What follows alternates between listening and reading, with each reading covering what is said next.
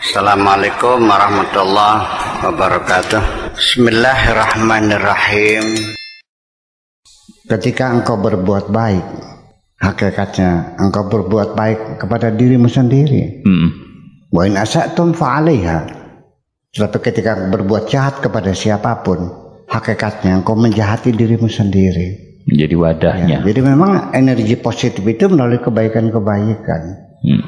Orang yang banyak berbuat jahat, melacur, berjudi, mencuri, merampok, percayalah, sekalipun harta berlimpah ruah, hidupnya tidak nyaman kok.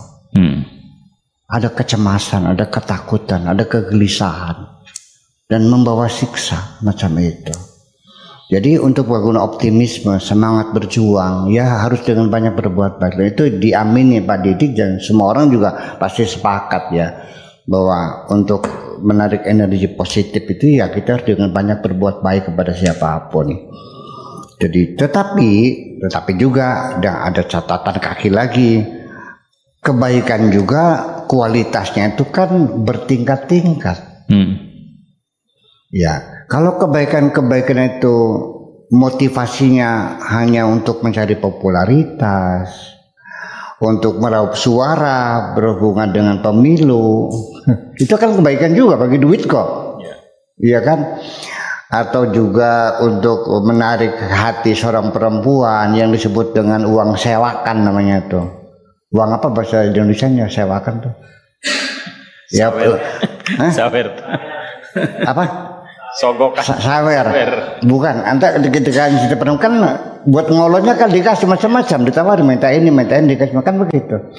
Ya ketika tujuan itu sementara, kepentingan sementara, saya kira tidak akan optimal positivismenya akan masuk dalam dirimu. Ya, yang paling minimal paling tidak adalah ketika dia mendorong kamu berbuat baik adalah kemanusiaanmu itu. Kamu merasa terharu melihat orang yang sengsara. Kamu merasa terpanggil secara kemanusiaan bahwa ini orang perlu dibantu. Bayinya sungsang, mesti dioperasi, biayanya 12 juta, uangnya nggak ada. Anda nggak tega. Ketika Anda membantu, tidak ada tujuan apapun untuk mendapatkan imbalan apapun. Dia orang miskin kok. Nah, ketika Anda bantu dia dengan uang 12 juta, ya ternyata tidak ada pamrih. Itu yang paling sangat berkualitas. Anda akan merasakan kebahagiaan ketika perempuan yang hamil itu disesar dengan selamat, pulang dengan bayinya yang sehat. Anda mendapat kegembiraan lebih daripada dia yang ditolong itu. Nah, kebahagiaan yang kau rasakan menolong orang itulah yang saya sebut dengan aroma sorga semacam itu. Tidur Anda nyenyak. Coba silakan rasakan, perhatikan.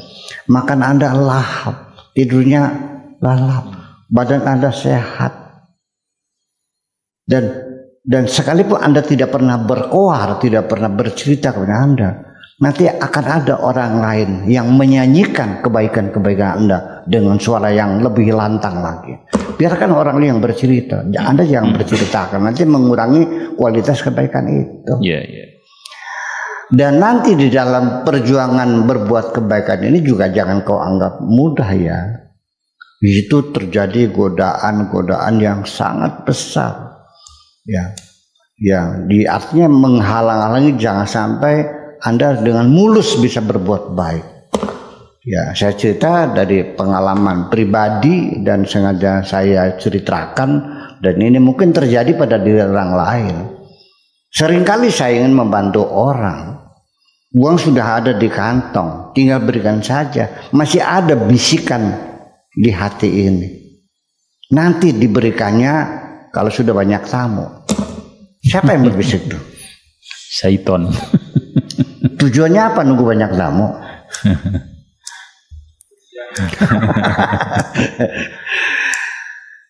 Kemudian lagi seringkali orang yang sedang susah itu datang minta tolong.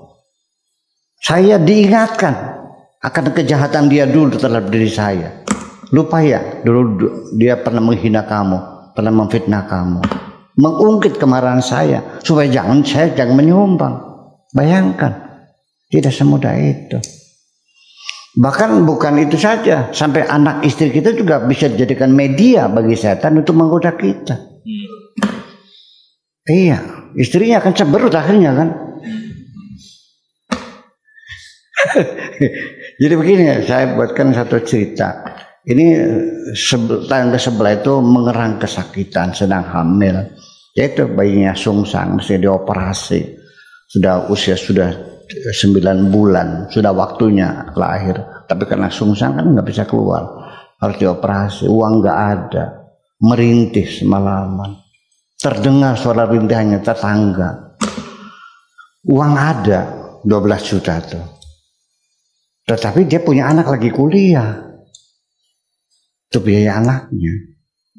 Akhirnya hati nggak kuat menahan penderitaan tetangga itu. Tetapi juga uang itu kan, istri kan juga sama saja sebagai teman partner kita dalam hidup. Uang juga uang bersama. Bermusyawarah dengan istrinya, Neng, tetangga lagi susah, kita bisa nolong nggak kira-kira? Bagaimana maksudnya? Ya kita bantu, uang kan ada, Bang.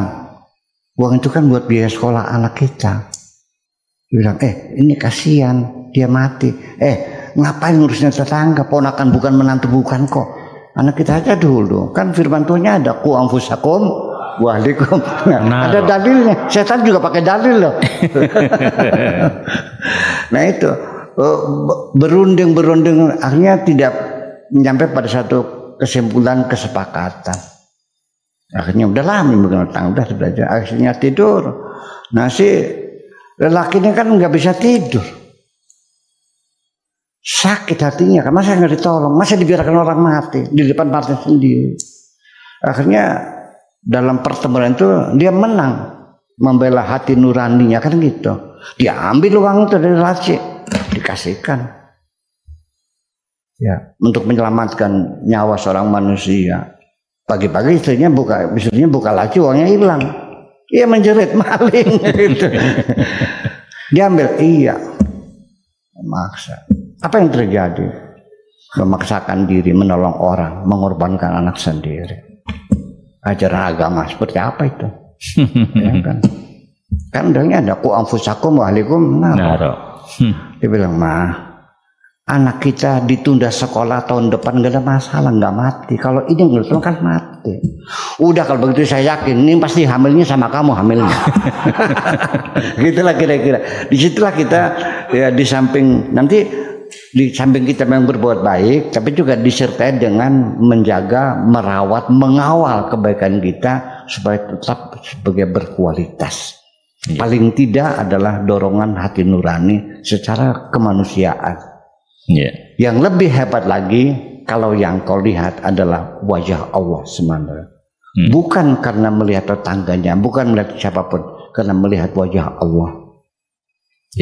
Itu jadi sudah tidak ada kepentingan apapun, tidak ada tujuan populer, tidak tujuan untuk mencari suara, tidak ada tujuan untuk menghutangi budi. Ya, kita seringkali berbuat baik, tapi di dalam hati kita seperti menghutangi budi. Buktinya mana? Ketika engkau butuh dan orang yang pernah engkau tolong itu tidak bisa menolongnya, Anda mengungkit kan? Nah, berarti kebaikan Anda adalah untuk resiprokal, imbal balik. Iya, termasuk orang tua juga membiayai anaknya. Kan lumayan, barangkali kita sudah tua, nanti anak-anak kita yang mengurusi. Begitu anak tidak mengurusi, mengumpat, kecewa juga. Nah itulah persoalannya. Yuk kita melihat diri kita sendiri. Kita ini jujur aja ya, bertatap muka dengan manusia setiap hari, berbincang-bincang dengan manusia setiap hari. Tapi kapan kita bertatap muka dengan diri kita sendiri? Sangat jarang sekali.